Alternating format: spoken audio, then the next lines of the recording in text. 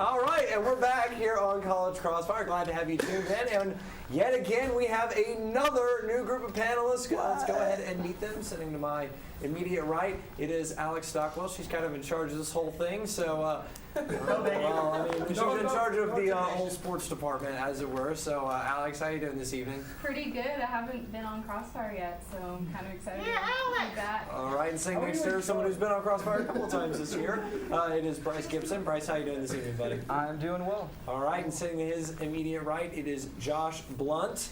He's making his third or fourth or somewhere along there. Doesn't matter. Here, it's Josh Blunt. Josh, how you doing this evening, buddy? I'm doing great, Garrett. Happy to be here. That's great. I'm telling you, you probably need to lose that sweater, but we'll get back to that later on. I can do it. All right. Hey, well, all right. So, we're talking a little bit of college football, and let's go ahead and talk some down in Alabama, what's happening there. So after firing Gene Chizik, Auburn went out and hired Arkansas State head coach Gus Malzahn, who, of course, was the offensive coordinator for Cam Newton in 2010 when Auburn won its first national championship in over half a century. I almost said decade.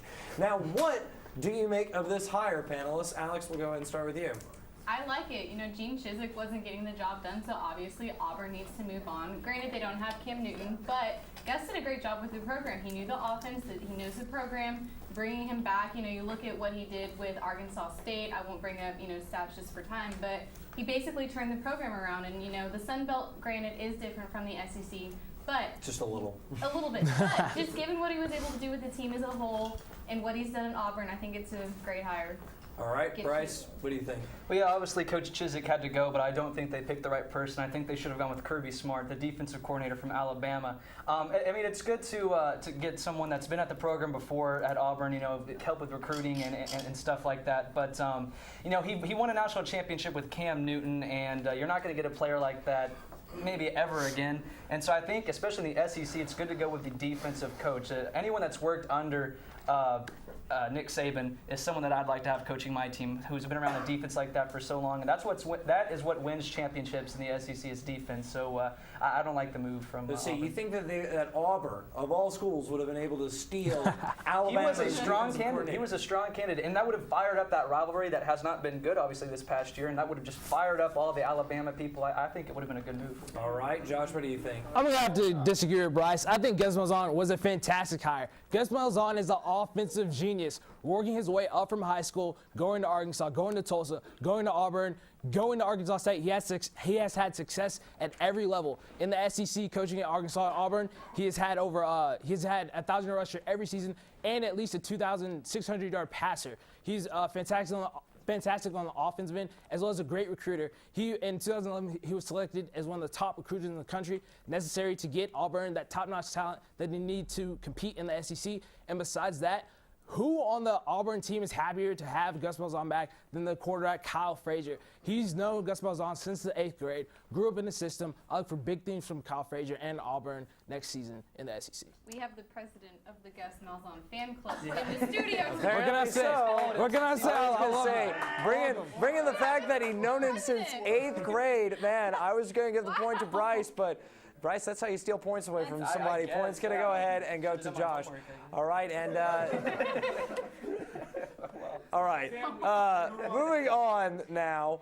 And Alex, I know that you're personally excited about this question because we're going to talk a little bit about the Spurs, who got into a little bit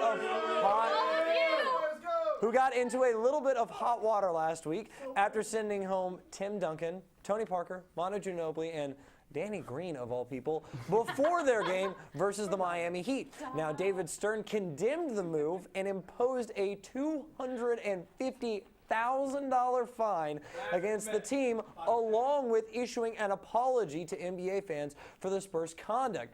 Now, were these sanctions justified in any way? Bryce, we'll start with you.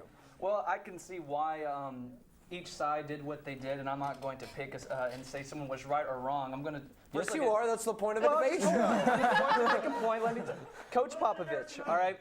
Now, when you're the head coach of a team, you're not supposed to worry about the glitz and the glamour of, selling seats or selling tickets and, making revenue for the team. You're just supposed to win games. And so you're not supposed to be faulted if you decide to make a move like that, to send your guys home to get some rest.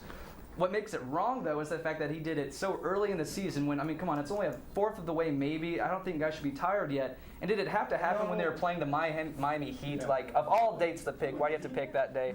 So, I mean, it's good and bad. And then as far as David Stern, it is his job to worry about making revenue for the NBA, and he's done a very good job of that since he's been the commissioner. And he hasn't been very popular with the fans ever since the NBA lockout. And I think this was something that, by finding the coach, gets in that popularity back, because it made a lot of fans unhappy that they couldn't see that matchup that they had been waiting for. And so I think that was good, but Coach Popovich still didn't break a rule, and so I don't think that you have to find someone who really didn't break a rule. I think the thing that I do not like, that I think is wrong, is the number 82. That's too many games for an NBA season, and I think that if they can just shorten that up and get maybe less teams make the playoffs, then I think that would probably get rid of this problem. All right, Josh. This is just ridiculous. David Stern, you should not find Greg Popovich and the Spurs for what they did. Popovich is looking out for his team's best interest. With the Spurs, it is always about the postseason and winning an NBA championship. It was their fourth game in 5 nights. Maybe he thought. No, not maybe. He thought Tony Parker, Manu, and Tim Duncan needed rest. Tony Parker's 30. Tim Duncan's 36, and Manu's 35. And so they need rest going into the postseason. But that being said, I think the real story here is the depth of the Spurs. I mean, even though he set those 3 top players, the Spurs still had a great game, the entertaining game playing the Heat. Ray Allen had to come in and hit a go-ahead 3 for the Heat to win the game. Like Ray Allen always does. Right, like Ray Allen always does. So I think it's just ridiculous. Greg Popovich did what was best for his team. Excuse me. All right, Alex. You know how I feel about the Spurs. So Good.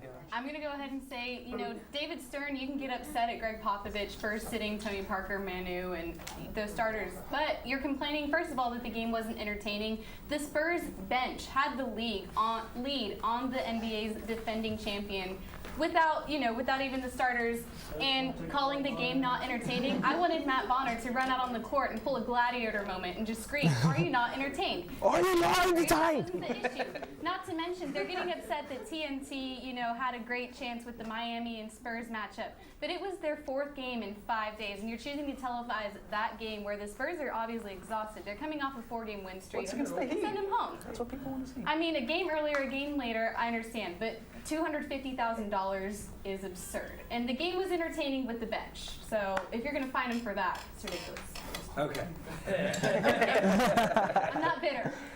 I like where everybody's coming from, though. I'm going to have to go ahead and give the point to Josh, though. I like his argument. These guys, they're older. They do need some rest. It's kind of difficult to say.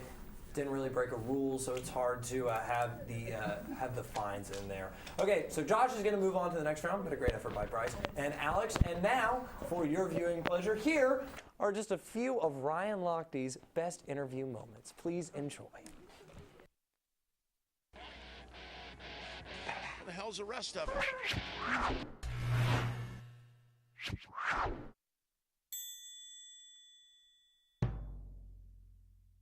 I mean, the reason why I love swimming is because racing. What defines me? Ryan Lochte. Yeah, kind of stay under the profile, under the radar. I didn't do that bad at World Championships. I bet Lochte knows how to have some fun. Oh, that's for sure. 7 times 4. 21.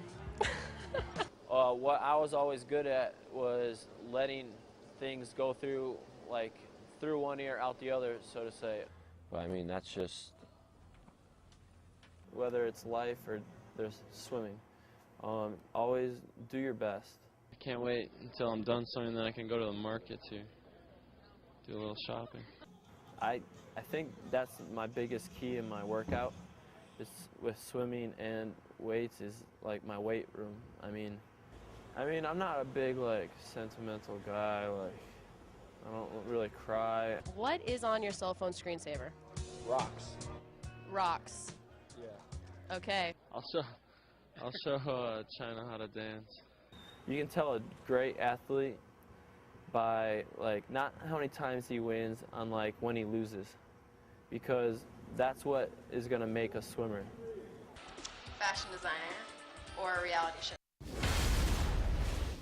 All right, so I hope that you all enjoyed that just as much as we did. All right, and now we have our final new group of panelists. So sitting to my immediate right, making his debut on College Crossfire, it's Corey Schneider. Corey, how are you doing this evening? Good. I hope the underdog can do well today. All right, well, we're going to see how he does against the defending champ from last week. It's Brad Kellner. Brad, how you doing, buddy? Fantastic. All right, man. All right, well, let's go ahead and get right into it and wrap this block up. And we're going to start again with Major League Baseball. And as Spencer mentioned, the Miami Marlins made the first big splash, no pun intended, of the offseason with their blockbuster trade with the Blue Jays. Now, the centerpiece of that trade that they got back was shortstop Yunel Escobar.